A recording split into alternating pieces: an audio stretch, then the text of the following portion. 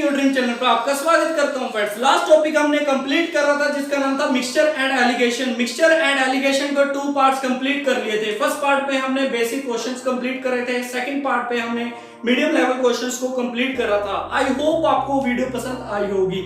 अगर वीडियो नहीं देखी तो प्लीज चैनल को सब्सक्राइब कर वीडियो देख लीजिएगा। आज का हमारा बहुत ही बेहतरीन सब्जेक्ट है जिसका नाम है रीजनिंग। रीजनिंग स्टार्ट करने से पहले एक मोटिवेशनल कोट पर चलते हैं, देखते हैं मोटिवेशनल कोट क्या है। A goal without a plan is a just a wish. बहुत ही आसान मीनिंग है, तुम्हारा गोल प्लान के बिना एक विश की तरह है। जब तक आप कोई भी प्लान नहीं बना पाएंगे तब तक आप अपना गोल को अचीव नहीं कर पाएंगे। यही आज की एक मोटिवेशनल थॉट थी। अब चलते हैं अपने सब्जेक्ट के ऊपर। आज का हमारा बहुत ही बेहतरीन सब्जेक्ट है जिसका नाम है रीजनिंग। रीजनिंग स्टार्ट करने से पहले आपको रीजनिंग की बेसिक नॉलेज पता होनी जरूरी है और इंट्रोडक्शन पता होना जरूरी है। रीजनिंग में पढ़ना क्या है, रीजनिंग होता क्या है, रीजनिंग में पढ़ना क्या है और किस एग्जाम के लिए रीजनिंग कितनी इंपॉर्टेंट है, आज सब कुछ हम जानेंगे वीडियो के जरिए। आपको एंड तक वीडियो को देखना है। रीजनिंग स्टार्ट करने से पहले आपको इसकी डेफिनेशन पता होनी जरूरी है कि रीजनिंग होता क्या है। The ability of a mind to think and understand in a logical वे।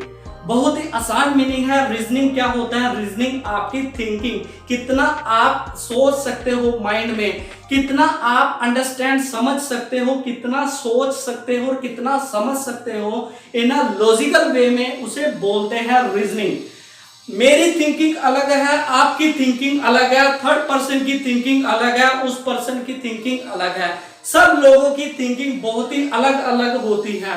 तो एग्जामिनर किस तरह से क्वेश्चन आपसे पूछता है, वो क्या चाहता है आपसे, आपको उसके अकॉर्डिंग ऑप्शंस को टिक लगाकर आना है।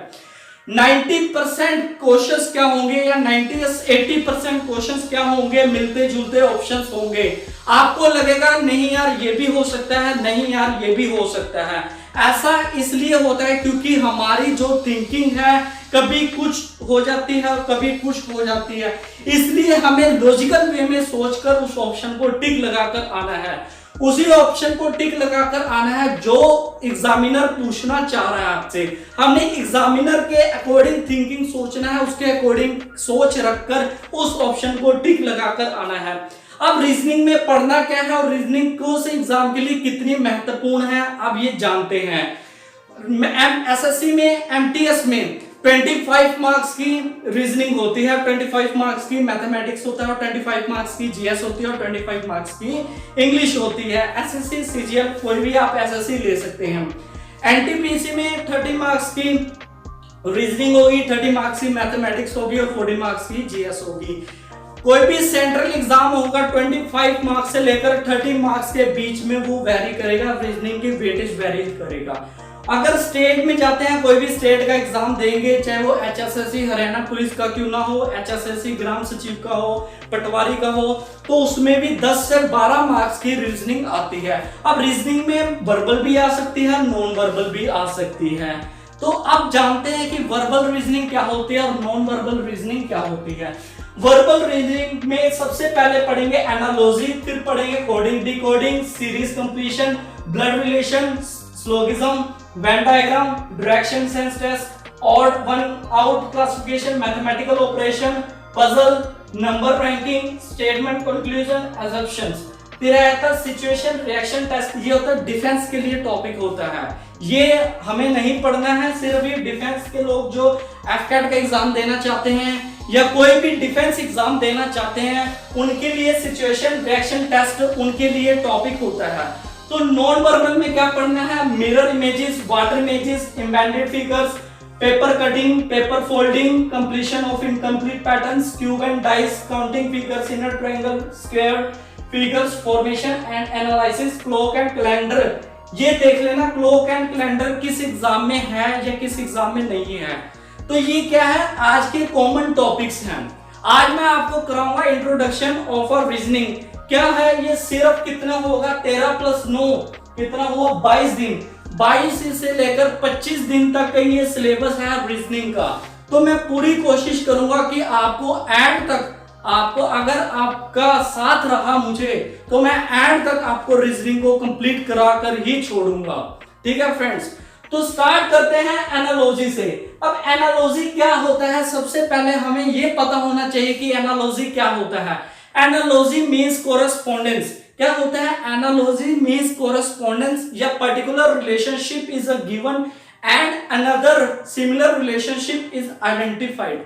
मतलब कि आपको एक पर्टिकुलर रिलेशनशिप गिवन होगा और अनदर सिमिलर रिलेशनशिप को कैलकुलेट करना है या उसे आइडेंटिफाई करना है अपनी थिंकिंग से, अपनी कॉमन सेंस से।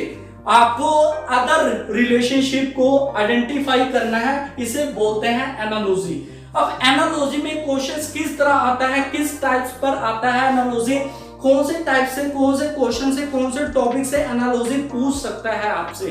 एनालॉजी पढ़ने से पहले आपको बेसिक सब्जेक्ट की, अदर बेसिक सब्जेक्ट की बेसिक नॉलेज पता होनी बहुत जरूरी है। फिजिक्स की, केमिस्ट्री की, बायोलॉजी की, मैथमेटिकल ऑपरेशंस की, इंग्लिश की बेसिक नॉलेज पता होना जरूरी है एनालॉजी के लिए, सिर्फ एनालॉजी के लिए।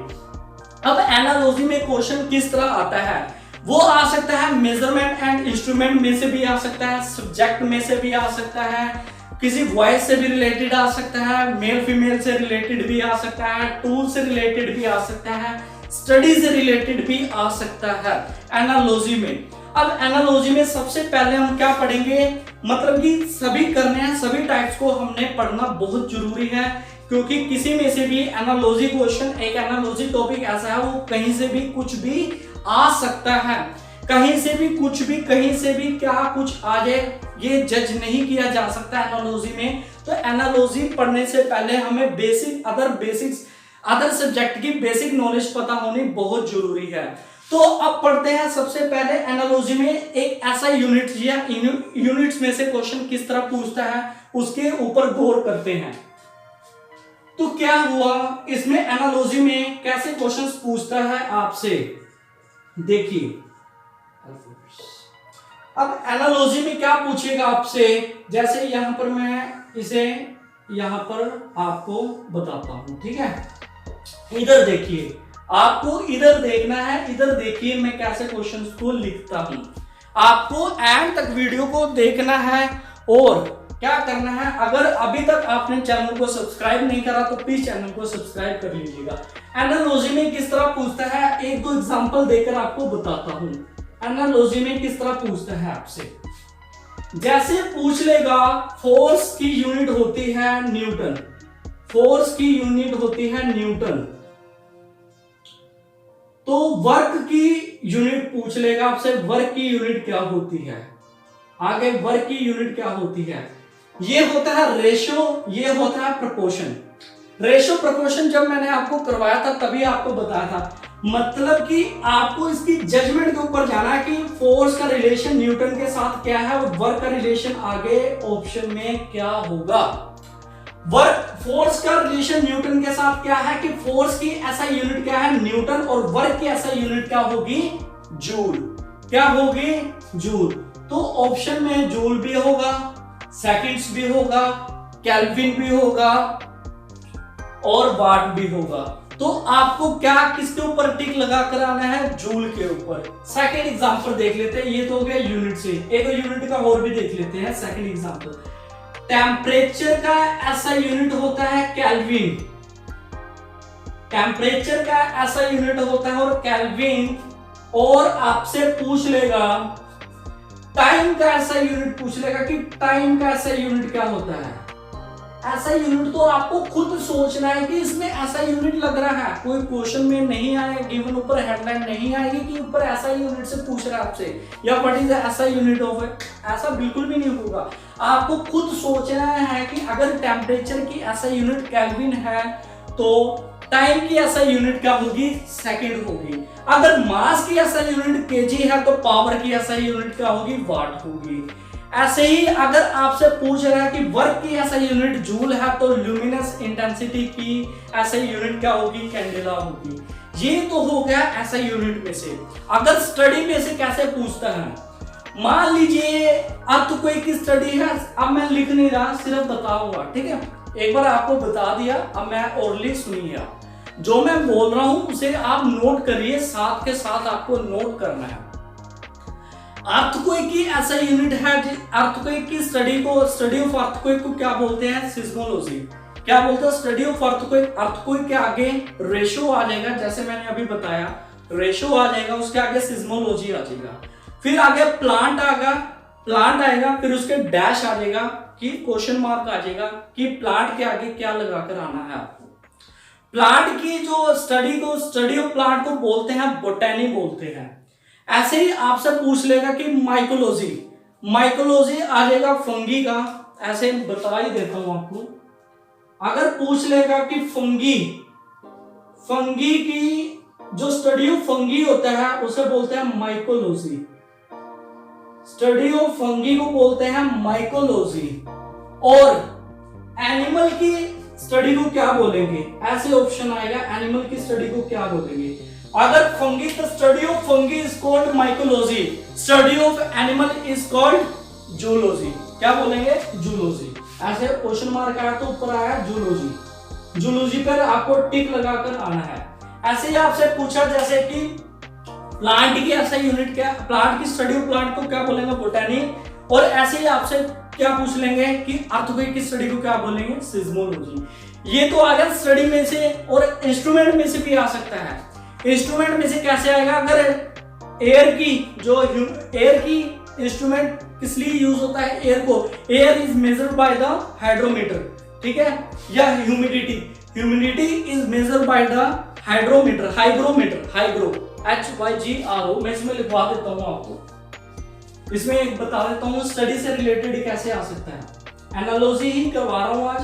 आप देखिए, मैं वैसे आपको बहुत ही तरीके से आपको कराऊंगा, आज मैं सिर्फ सिलेबस डिस्कस कर रहा हूं कि आपको क्या पढ़कर जाना है।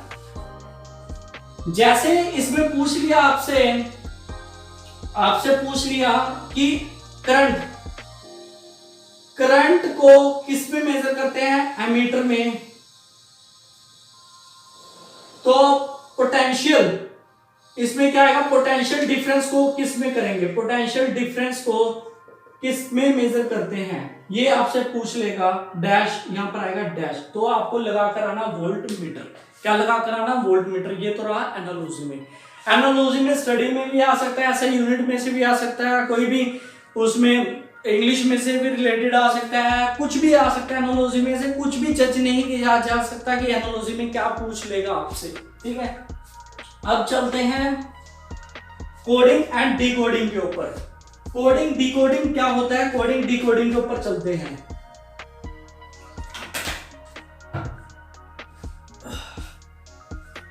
कोडिंग डिकोडिंग क्या होता है? कोडिंग और डिकोडिंग आपने नाम सुना होगा और रीजनिंग में करा भी होगा बहुत बार।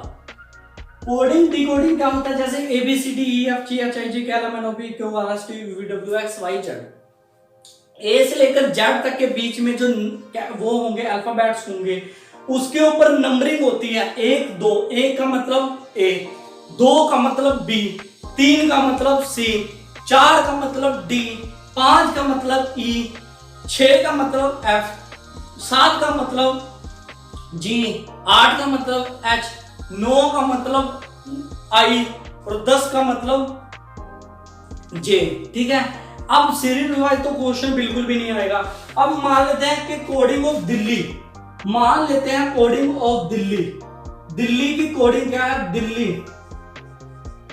दिल्ली की कोडिंग बतानी है आपको। दिल्ली की कोडिंग क्या है, ठीक है। अब कोडिंग याद कैसे करनी है आपको? एक नाम सुना होगा इजोटी। क्या? इजोटी।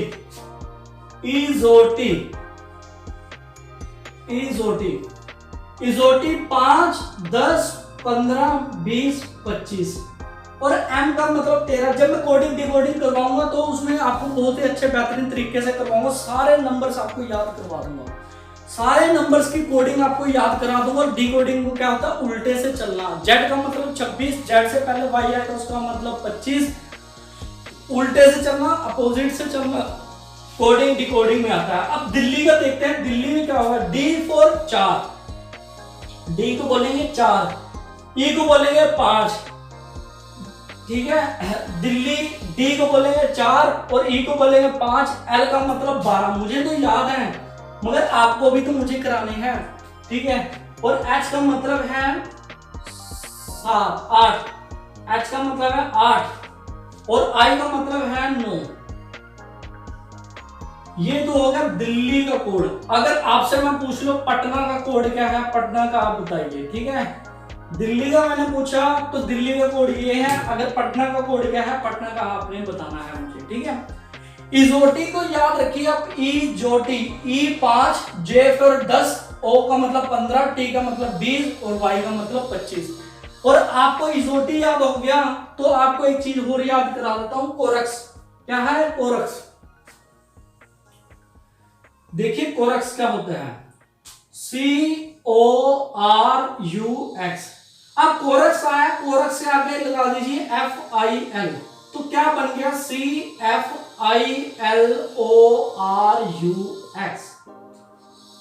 इजोटी आपको याद करा है, 5 वाले आपको याद होंगे, ठीक है। 5 अक्षर आपको याद करा दिए 5। अब ये देखिए 3, 6, 9, 12, 15, 18, 21 और 24। 5, 6, 7, 8, 9, 10, 11, 12, 13 तो ये आपको याद हो गए। 26 अल्फाबेट्स है, 26 में से 13 आपको मैंने आज याद करा दिए। कैसे याद करिए? कोरक्स आपको याद रखना है, कोरक्स के आगे कोरक्स की मेडिसिन होती है, कुछ भी मतलब लगा लीजिए, कोई मेडिसिन की आई थिंक नेम है उसका, तो उसके ऊपर लगाना है फिल। तो क्या आ जाएगा कि सिफिल ओरक्स। सिफिल ओरक्स को आपको याद रखना और 3, 6, 9 3 के जो मल्टीपल है उसको आपने लिख लेना है यहाँ पर, तो आपको ये इजिली याद हो जाएंगे, ठीक है। आप एल का याद रख सकते हैं, लंच कितने बजे होता है, 12 बजे। और 11 का भी इजिली आप रख सकते हैं, किंग्स 11 पंजाब, एक आईपीएल की टीम है किंग्स 11। जैसे मर्जी याद करना है, याद करने से मतलब है जैसे भी आपको याद करना है आप याद करिए। किंग्स 11 पंजाब, किंग्स से क्या होगा 11, तो के का मतलब होगा 11। लंच कितने बजे होता है, 12 बजे, तो एल मतलब 12। हाफ याद रखना है, 26 का हाफ कितना होता है, 13, 13 का वो क्या होगा एम से आपको याद रखना है। अगर आपने एक चीज याद करना है, उससे अगले और उससे पिछले वाला भी आपको याद हो जाएगा जब आप प्रैक्टिस करेंगे, ठीक है। ये तो कोडिंग और डिकोडिंग हो गया, इसमें से भी क्वेश्चन आता है, कम से कम एनालॉजी में से 1-2 क्वेश्चन आ जाता है और कोडिंग डिकोडिंग में से भी आ जाता है। अब सीरीज कंप्लीशन करना है, नंबर्स में भी आता है और अल्फाबेट्स में भी आता है सीरीज कंप्लीशन में। सीरीज कंप्लीशन कैसे आएगा, कुछ भी इसके अंदर कोई भी ऑपरेशन लग सकता है, स्क्वायर का ऑपरेशन लग सकता है, क्यूब का ऑपरेशन लग सकता है, डिवाइड का ऑपरेशन लग सकता है, मल्टीपल का ऑपरेशन लग सकता है, माइनस का ऑपरेशन लग सकता है, प्लस का ऑपरेशन लग सकता है, कोई भी ऑपरेशन लग सकता है इसके अंदर सीरीज कंप्लीशन के अंदर। जैसे 1, 4, 9, 16 और आगे आपसे दे देगा क्वेश्चन मार्क। ये सीरीज कंप्लीट करने के लिए आपको बोलेगा, तो आपको कैसे लगाना है, a का 1 का स्क्वायर 1, 2 का स्क्वायर 3 का स्क्वायर 9, 4 का स्क्वायर 16 और 5 का स्क्वायर 25, तो यहाँ आएगा 25, ठीक है। कोई भी ऑपरेशन लग सकता है, स्क्वायर का ऑपरेशन लगा, अब क्यूब का ऑपरेशन लगा कर देखते हैं, क्यूब का ऑपरेशन भी आ सकता है यहाँ पर, ठीक। कोई भी ऑपरेशन आ सकता है, जरूरी नहीं है कि यार स्क्वायर उसमें से आएगा, स्क्वायर क्यूब में से आएगा, कोई भी ऑपरेशन लग सकता है, प्लस का, नेगेटिव का, मल्टीप्लिकेशन का, डिवाइड का, पाई का, कटिंग का, कुछ भी लग सकता है।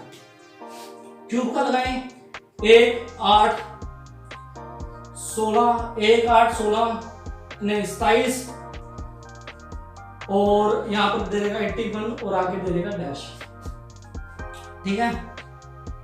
यहाँ पर दे देगा, इसमें आएगा 64 आएगा और आगे आपको दे देगा डैश, ठीक है। तो लगाना 1 का क्यूब 1, 2 का क्यूब 8, 3 का क्यूब 27, 4 का क्यूब 64, 5 का क्यूब 125, यहाँ पर 125 दे देगा, ठीक है। एक आप देखना, क्वेश्चन खुद करना, एक मैं आपको देता हूँ, ठीक है। ऐसे ही आपसे उसमें पूछ लेगा, सीरीज कंप्लीशन में से पूछ लेगा, ठीक है। अब आप देखना, आप लिखिए, जैसे एक सीरीज है 1, 5, 13, ठीक है। 1, 5, 13,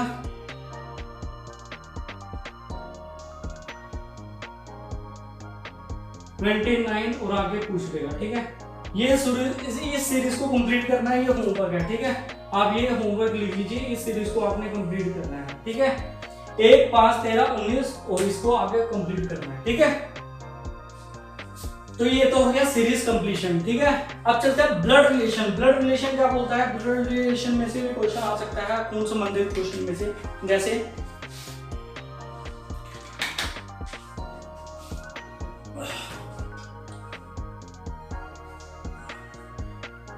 ब्लड रिलेशन में से क्या आएगा? जैसे मामे की ठीक है, राम के मामे की वाइफ के लड़के का रिलेशन राम के साथ कैसा है?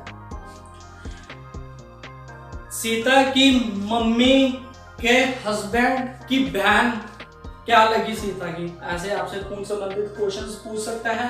ये मैं बहुत ही बेहतरीन तरीके से आपको कराऊंगा। चाचा को अंकल, ठीक है, आंट को, ठीक है। अब जैसे मैं आपको देता हूं, मोहन की मम्मी के भाई की वाइफ क्या बेटा मोहन से क्या रिश्ता रखता है? ये आपको सोचना, ठीक है। तो ये है ब्लड रिलेशन में से क्वेश्चन। ब्लड रिलेशन में से क्वेश्चन बहुत ही ज्यादा बनते हैं। स्लोगिज्म क्या होता है? स्लोगिज्म में देखते हैं। अब स्लोगिज्म में क्या होता है? आल, सम, ठीक है, नोट, इसका आप ख्याल रखना।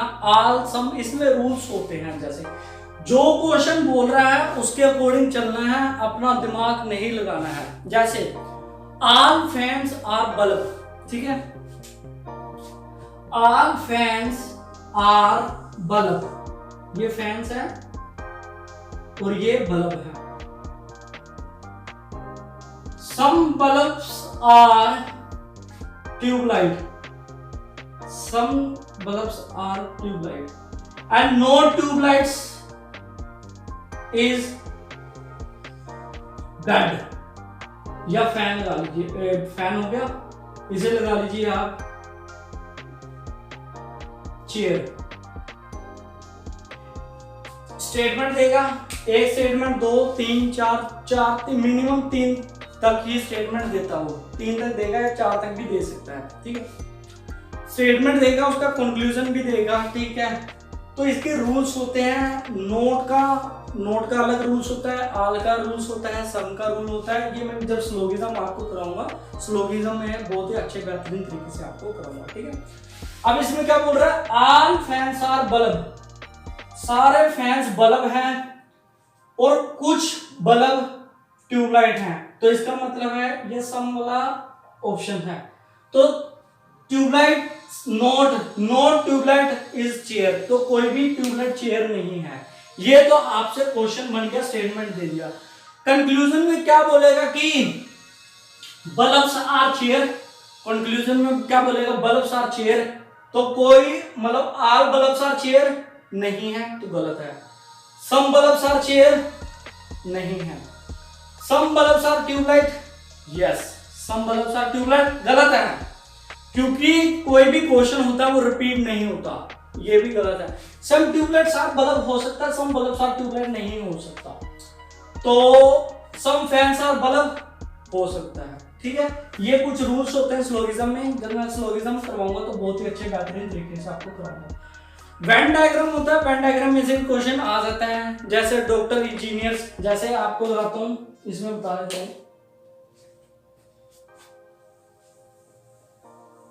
जैसे ये डॉक्टर हो गया, ये इंजीनियर हो गया, ये डॉक्टर, ये इंजीनियर, ये साइंटिस्ट हो गया, ठीक है। अब ऐसे पूछ लेगा कि मतलब कि इसमें क्या पूछ लेगा? ऐसे कुछ चित्र बना होगा, फिगर बना होगा, ऐसे पूछ लेगा और यहां पर पूछ लेगा, ठीक है।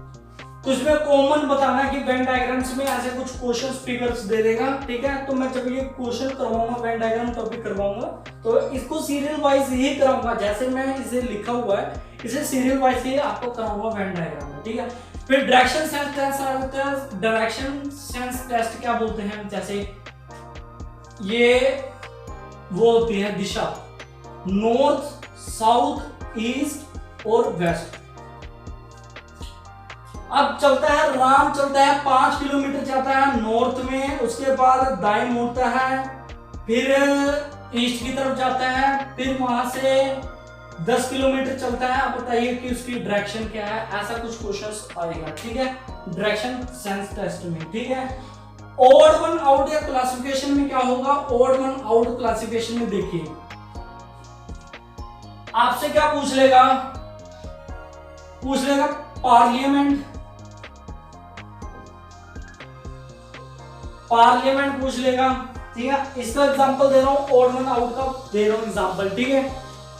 पार्लियामेंट डाइट दे देगा, कांग्रेस दे देगा और आपको दे देगा जूडो दे देगा। आपको इसको ओड बताना कि ओड क्या है। पार्लियामेंट दे दिया, डाइट दे दिया, कांग्रेस दे दिया और जूडो दे दिया। अब इसको बताना कि इसमें ओड क्या है, आपको ओड बताना है। ओड कैसे हो सकता है, देखिए अब इसमें से ओड मतलब सबसे अलग कौन सा है इनमें से, इसमें से सबसे अलग है जूडो, सबसे अलग है जूडो। पार्लियामेंट किसकी संसद होती है, इंडिया की। डाइट किसकी संसद होती है, जापान की। कांग्रेस किसकी संसद होती है, यूएसए की। और जूडो किसी की संसद नहीं होती है, जूडो एक खेल है। ये तो हो गया ओड में से, ओड वन क्लासिफिकेशन में से, ठीक है। ये ऐसा ओड वन क्वेश्चंस में से आएगा। फिर मैथमेटिकल ऑपरेशंस आते हैं। मैथमेटिकल ऑपरेशंस में प्लस माइनस के बारे में पता होना चाहिए। जैसे आपसे पूछ लेगा, आपको बोर्ड मार्क्स भी दे सकता है, इसको सोल्व करना है, ठीक है। इसको सोल्व करना है, बहुत ही इजीली आप सोल्व कर सकते हैं। इसको आप सोल्व करके बताना है, ठीक है। इसका आंसर क्या आएगा, मैथमेटिकल ऑपरेशंस में ऐसा कुछ पूछ सकता है आपसे। पजल पूछेगा, पजल देखिए, पजल बहुत ही बढ़िया तरीके से पजल पूछेगा। पजल में क्वेश्चंस पूछ सकता है कि दो अंडे 2 घंटे में उबलते हैं, तो एक अंडा कितने घंटे में उबलेगा, आपको आंसर देना है, ठीक है। 2 घंटे, अगर 2 अंडे 2 घंटे में उबलते हैं तो एक अंडा कितने घंटे में उबलेगा, तो आपको आंसर देना है। पजल ऐसे क्वेश्चंस पूछ लेगा। पजल में क्वेश्चंस क्या पूछ सकता है कि किसी भी पार्टी में 14 मेंबर्स हैं, किसी भी पार्टी में 14 मेंबर्स हैं, अगर वो एक दूसरे के साथ हाथ मिलाते हैं तो हाथ मिलाने के, शेक करने की संख्या बताइए। तो कैसे होगा, अगर 14 पीपल्स किसी पार्टी में हैं, अगर एक दूसरे के साथ हाथ मिलाते हैं तो नंबर ऑफ हैंडशेक बताइए। नंबर ऑफ हैंडशेक कैसे पता लगेगा, 14 माइनस 14 इंटू में इसका फॉर्मूला होता है n-1 इंटू में डिवाइडेड बाय 2। तो 14 और 14 माइनस 1 डिवाइडेड बाय 2, 14 इंटू में 13 डिवाइडेड बाय 2 इंटू में 7, 91 आंसर आएगा। अगर 14 बंदे एक दूसरे के साथ हाथ मिलाते हैं तो 91 हाथ एक दूसरे के साथ मिलेंगे। बहुत ही बढ़िया पजल तरीके से आपको कराऊंगा, ठीक है। नंबर रैंकिंग भी बहुत बढ़िया तरीके से कराऊंगा। नंबर रैंकिंग में भी देखना, इसे मैं रब कर रहा हूं साथ के साथ ही, ठीक है। अब नंबर रैंकिंग में क्या होगा और सीटिंग अरेंजमेंट में क्या होगा।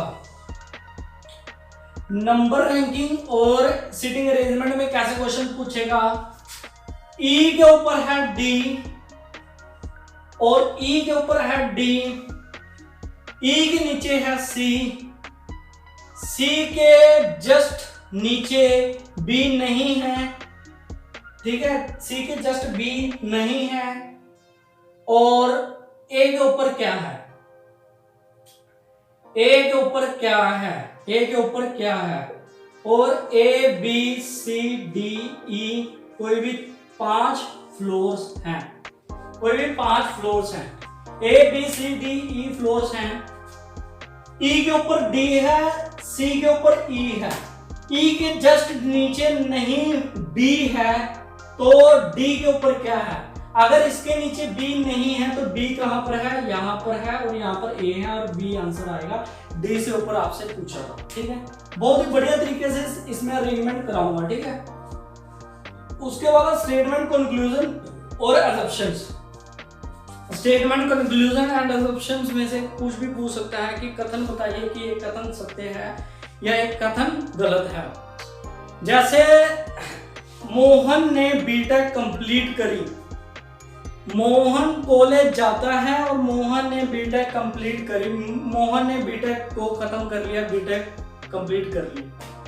तो ये तो हो गया स्टेटमेंट, और कंक्लूजन में पूछेगा कि मोहन के घर से कॉलेज 50 किलोमीटर दूर है, मोहन ने पढ़ाई को खत्म कर लिया, ये आपसे कंक्लूजन में पूछा। तो इसका बताइए कि ए सही है, बी सही है, या आइदर ए बी, या नॉर ए या बी। तो आपको क्या सोचना है कि स्टेटमेंट देखिए, जो स्टेटमेंट रिलेट करेगी कंक्लूजन से उसके ऊपर आपको टिक लगाकर आना है। फिर आता है सिचुएशन रिएक्शन टेस्ट। ये हो गए एनालॉजी, हो गया coding decoding, series blood relation, syllogism, Venn diagram, directions, और वन आउट भी कर लिया, इसके ऊपर भी समरी कर ली, पढ़ ली, ब्रेक पढ़ लिया, स्टेटमेंट एंड कंक्लूजन के बारे में पढ़ लिया। सिचुएशन रिएक्शन टेस्ट ये आता है एफकैड में आएगा या एसएसबी वगैरह में आता है। सिचुएशन रिएक्शन टेस्ट में क्या होता है कि जैसे आपसे पूछ लेगा कि कोई भी सिचुएशंस दे देगा आपको। मान लीजिए आपने कहीं पर घर से बाहर जाना है और अचानक रिश्तेदार आपके घर पर आ जाते हैं, तो आप क्या करेंगे, ठीक है। तो ये आपको क्या करना है, एक सिचुएशन को देखकर उसके ऊपर क्या आपकी रिएक्शन होगी, अकॉर्डिंग टू द आपने उसी के ऊपर टिक लगाकर आना है। जो एग्जामिनर की सोच के अकॉर्डिंग वो ऑप्शन होगा उसके ऊपर आपने टिक लगाकर आना है। और ये मेनली क्या बेसिकली किसमें होता है, एफकैट वगैरह में होता है, या एसएसबी वगैरह में होता है, या कोई भी डिफेंस एग्जाम होता है, एयरफोर्स का एग्जाम होता है, एसवाई ग्रुप का होता है, उसमें होता है, ठीक है। हमें इसके झंझट में नहीं पढ़ना है, ठीक है। ये मैंने आपको बता दिया। अब चलते हैं non verbal reasoning. Non verbal reasoning क्या होती है? नॉन वर्बल रीजनिंग क्या होती है? एक मिरर इमेजेस आती हैं, इसमें वाटर इमेजेस आते हैं, एम्बेडेड फिगर्स आती है, पेपर कटिंग आता है, पेपर फोल्डिंग आता है, कंप्लीशंस ऑफ इनकम्प्लीट पैटर्न आता है, क्यूब एंड डाइस आता है, काउंटिंग फिगर्स आता है, triangle, squares, figures, formations and analysis, clock and calendars आते हैं। मिरर इमेजेस क्या होती है? मान लीजिए एक मिरर यहां पर है, एक मिरर है, यहां पर है ए बी सी। अब यहां पर क्या दिखेगा? ये मिरर है और यहां पर ए बी सी लिखा हुआ, और यहां पर क्या आएगा, यहां पर क्या आएगा? तो मिरर इमेजेस में क्या होता है, यहां पर शीशा रखकर या मिरर रखकर ये अपोजिट इधर चले जाएंगे। जो इसके पास में है उसको इसके पास में रखना है, जो इसके थोड़ा दूर है उसको इसके दूर में रखना है, और जो इसके बिल्कुल दूर में है उसको यहां पर रखना है। सी ऐसे दिख रहा है तो सी ऐसे हो जाएगा मिरर जब लगेगा, बी ऐसे है तो बी ऐसे हो जाएगा, ए ऐसे है तो ए बिल्कुल ऐसे ही रहेगा, ठीक है। तो आपको कुछ इस तरह दिखेगा मिरर के बाद सी बी ए ऐसे दिखेगा। तो ये होगा मिरर इमेजेस। मिरर इधर भी लग सकता है, मिरर इधर भी लग सकता है, मिरर इधर भी लग सकता है, मिरर इधर भी लगता है, मगर ये जो लगते हैं इसको बोलते हैं वाटर इमेजेस। अभी कराता हूं। अब वाटर इमेजेस क्या होता है, वाटर इमेजेस के ऊपर जान लीजिए। ये तो हो गया मिरर इमेजेस को हमने कंप्लीट कर लिया। अब वाटर इमेजेस में क्या होगा, इधर होगा, इधर वाटर इमेजेस होगा, ठीक है। ये पानी होगा, ठीक है, पानी। यहां पर है 4 इस तरह लिखा हुआ है, तो यहां पर आपने बताना है कि वाटर इमेज क्या बनेगी। तो इसके नीचे ऐसा कुछ दिखेगा, तो ऐसे, तो ये ऐसे, ठीक है, ये ऐसे दिखेगा, ठीक है। इसको क्या करना है, ये आपको ऐसे दिखेगा, ठीक है। इसको जस्ट ऐसे उल्टा जाएगा तो ये ऐसे आपको दिखेगा, ठीक है। ये आपको ऐसे दिखेगा, ठीक है, ये आपको ऐसे दिखेगा, ठीक है, ठीक है, ये आपको ऐसे दिखेगा। ये बिल्कुल 4 की जगह इसको ये देखते हैं, इसको अगर ये ऐसे है, ए है, तो यहां पर ऐसे ए आपको ऐसे दिखेगा। डी ऐसे है तो आपको डी भी ऐसे ही नजर आएगा, ठीक है। जो इमेजेस ऐसे है उसको उल्टा ऐसे करेंगे तो यहां पर ऐसे आ जाएगा, वो आएगा वाटर इमेजेस में, ठीक है। इमेंडेड फिगर्स क्या होती है, छुपी हुई, लुप्त फिगर्स, लुप्त चित्र, जिसे बोलते हैं लुप्त चित्र। मान लीजिए ये कोई भी चित्र है और यहां पर ऑप्शन दे रखा है ए बी सी और डी, ठीक है, ए बी सी डी। तो यहां पर ऐसा कोई चित्र दे रखा है,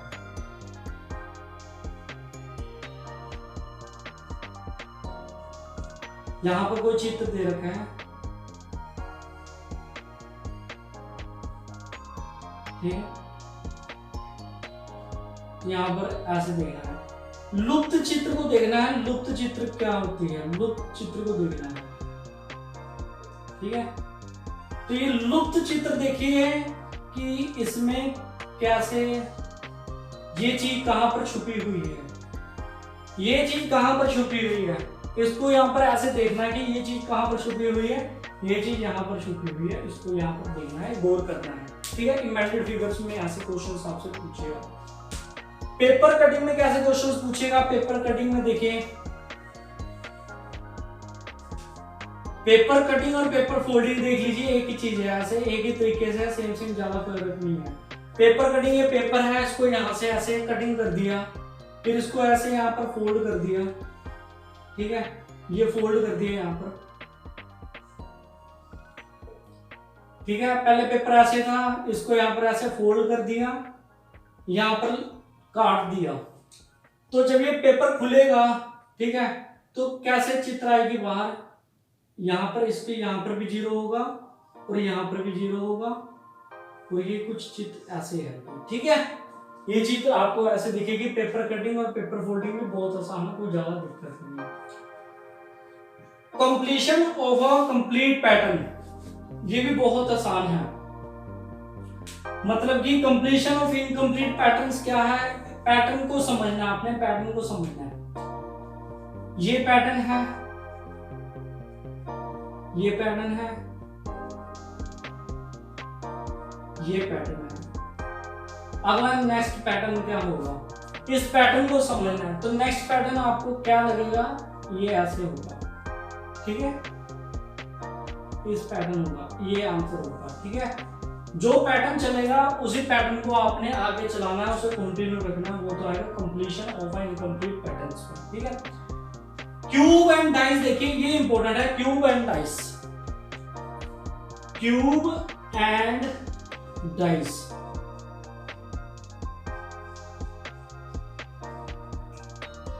क्यूब एंड डाइस क्या होता है, क्यूब एंड डाइस के ऊपर गौर करिए जरा।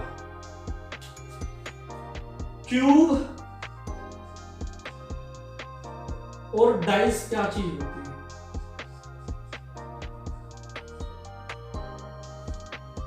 क्यूब होता है स्क्वायर में, शेप स्क्वायर होती है, डाइस की स्क्वायर भी शेप हो सकती है और रेक्टेंगल भी शेप हो सकती है। डाइस होते हैं दो तरीके के, स्टैंडर्ड डाइस, यहां पर साफ साफ लिख देता हूं थोड़ा सा ना, स्टैंडर्ड डाइस इसे रब कर देता हूं साथ साथ। अब क्यूब एंड डाइस देख लीजिए, ठीक है, क्यूब एंड डाइस। अब यहां पर बड़ा बड़ा देखिए, cube and dice, cube and dice.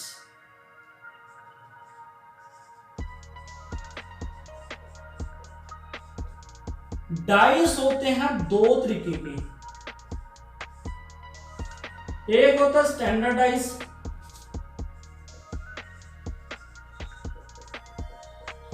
एक होता है नॉन स्टैंडर्ड डाइस।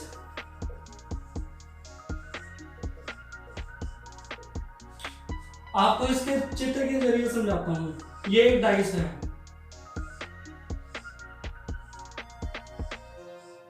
एक डाइस ये है, एक डाइस ये है, ठीक है, दो डाइस है। डाइस में क्या होगा, गिनती कहां तक होगी, 1 2 3 4 5 और 6 तक गिनती होगी, ठीक है जी। अब इसमें से बताना है कि आपको स्टैंडर्ड डाइस क्या और नॉन स्टैंडर्ड डाइस क्या है। 1 5 4 3 4 और 2, ठीक है। अगर आपको फ्रंट के अंदर दो साइड्स के जो ऊपर नंबर होंगे उसका आपको सम 7 मिल जाता है, अगर उसका सम 7 मिल जाता है तो वो होता है non standardise, NSD, non standardise. कैसे? 3 + 4 का 3 और +4 का योग 7 होता है। अगर आपको दो किसी भी सरफेस के ऊपर जो नंबर होगा उसके योग करने पर 7 आपको मिल जाता है तो वो क्या होगा? Non standardise. अगर आपको 7 नहीं मिलता तो वो क्या होगा? स्टैंडर्डाइज। तो यहाँ पर कोई आपको 7 नजर आ रहा है, किसी को जोड़ने पर 5 6 1 6 4 और 5 + 9, तो मतलब कि ये है स्टैंडर्डाइज। क्या है ये? स्टैंडर्डाइज। और ये क्या है? Non standardise. अब क्वेश्चन किस तरह पूछ लेता है डाइस के ऊपर? मान लीजिए जैसे ये एक डाइस है, एक ये डाइस है, ठीक है जी, 1 2 3 और एक ये डाइस है, एक ये डाइस है, 1 4 5। अब आपको बताना है कि ए के अपोजिट क्या होगा। ए के अपोजिट क्या होगा आपको ये दो डाइस को देखकर बताना है। जो भी आपको कॉमन दिखेगा, आपको कॉमन क्या दिख रहा है? एक। ए को पकड़ लेना है और इसको क्लॉकवाइज घुमा देना है। इसको घुमाओगे तो आपको कैसे नजर आएगा? 1 2 और 3। इसको घुमाओगे तो कैसे नजर आएगा? 1 4 और 5। 1 के नीचे 1, 2 के नीचे 4 और 5 के नीचे 3 के नीचे 5। ठीक है, आपको ऐसे लिख लेना है। 2 का अपोजिट 4 हो गया, 3 का अपोजिट 5 हो गया, 1 का अपोजिट क्या होगा? 6। 6 कैसे आया? 1 2 3 4 5 तो हो गया, 6 तक तो गिनती होती है डाइस में। तो यहाँ पर कौन सा नहीं है? यहाँ पर 6 नहीं है, तो 6 आंसर होगा। ए का अपोजिट 6 है। क्यूब एंड डाइस बहुत ही बढ़िया तरीके से आपको, बहुत ही बेहतरीन तरीके से आपको क्यूब एंड डाइस करवाऊंगा, चिंता नहीं करना, ठीक है। बहुत बढ़िया तरीके से आपको कराऊंगा जब मैं अलग अलग चैप्टर कंप्लीट करूंगा। तो फिर काउंटिंग फिगर्स में कुछ ऐसे आपको चित्र दे देगा, ठीक है। आपको कुछ ऐसे चित्र दे देगा, इसमें आपको ट्रायंगल बताने हैं कि ट्रायंगल कितने हैं। इसमें आपको ट्रायंगल की गिनती बतानी है कि ट्रायंगल कितने हैं। तो 1 2 3 4 5, इसको मिलाएंगे तो 6, एक ये हो गया 7। टोटल ट्रायंगल की संख्या कितनी है? 7। ऐसे कुछ ऑप्शंस आएंगे, कुछ ऐसे क्वेश्चंस आएंगे काउंटिंग फिगर्स में से, तो आपको इसमें से बहुत बढ़िया तरीके से आपको बताऊंगा। फिगर फॉर्मेशंस एंड एनालिसिस में से भी कुछ क्वेश्चंस ज्यादा इंपॉर्टेंट नहीं है। क्लॉक एंड कैलेंडर्स में से देख लीजिए, क्लॉक एंड कैलेंडर्स।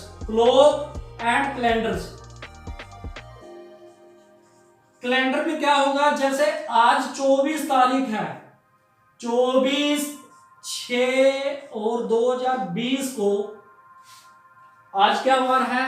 आज है बुधवार। क्या है? आज है बुधवार। बुधवार है, वेडनेसडे है। तो 26 6 2028 में क्या वार होगा? ऐसे क्वेश्चंस आएंगे कैलेंडर में और बहुत ही बढ़िया तरीके से आपको बताऊं, ठीक है। क्लॉक में भी देखिए, क्लॉक देख लीजिए। क्लॉक में कुछ ऐसे पढ़ेंगे हम, 12 3 6 और 9, ठीक है। 2 सुई होती है, घंटे की सुई होती है और 1 मिनट की सुई होती है, ठीक है। तो क्या होगा? ये एंगल बनाएगा 90 डिग्री, ये भी एंगल बना 90 डिग्री, और ये एंगल बना 90 डिग्री, और ये एंगल बना 90 डिग्री। सबको मिलाकर बन गया 360 डिग्री। तो पूरे 3 बजे, चाहे वो AM हो चाहे वो PM हो, कितना एंगल बनाएगा बिटवीन 2 नीडल्स ऑफ 1 आवर, या 1 घंटे के मिनट की सुई के बीच में 3 बजे कितना एंगल बनेगा? तो पूरा 3 कब बनता है? जब 3 की सुई, छोटी सुई यहाँ पर होती है और बड़ी सुई 12 के ऊपर होती है, तो यहाँ पर क्या बनेगा? 90 डिग्री का एंगल बनेगा पूरे 2:45 बजे, मतलब कि 3:45 में कौन सा एंगल बनेगा? पूरा 180 का एंगल बनेगा। तो बहुत ही बढ़िया तरीके से आपको कराऊंगा फ्लोट एंड क्लाइंबर्स में से। तो ये था आज की हमारी क्लास इंट्रोडक्शन की, और यहाँ पर आज हमारी इंट्रोडक्शन और सिलेबस डिस्कस का टॉपिक खत्म होता है। और आज की हमारी फर्स्ट क्लास थी रीजनिंग की। रीजनिंग की हमारी आज की फर्स्ट क्लास थी। यहाँ पर हम क्लास को समाप्त करते हैं। नेक्स्ट क्लास में एनालॉजी स्टार्ट करेंगे हम, बहुत ही बेहतरीन तरीके से रीजनिंग में एनालॉजी स्टार्ट करने लगेंगे नेक्स्ट क्लास में। तो आपको क्या करना है? आपको सिर्फ एक ही काम करना है, चैनल को सब्सक्राइब करना है और अपने फ्रेंड्स के साथ शेयर करना है। जो भी कोई भी क्वेरी होगी, कुछ भी दिक्कत होगी, कोई प्रॉब्लम होगी, कमेंट करके आपको मुझे बताना है और मैं कमेंट के आपको जवाब दूंगा। और आपके लिए ऐसे ही बढ़िया से बढ़िया टॉपिक लेकर आता रहूंगा। आपको यहाँ पर सब कुछ मिलेगा, बढ़िया से बढ़िया टॉपिक आपको मिलेंगे योर ड्रीम चैनल पर। आपको इसको चैनल को सब्सक्राइब करना और अपने फ्रेंड्स के साथ शेयर करना है। Thank you, love you. ठीक है।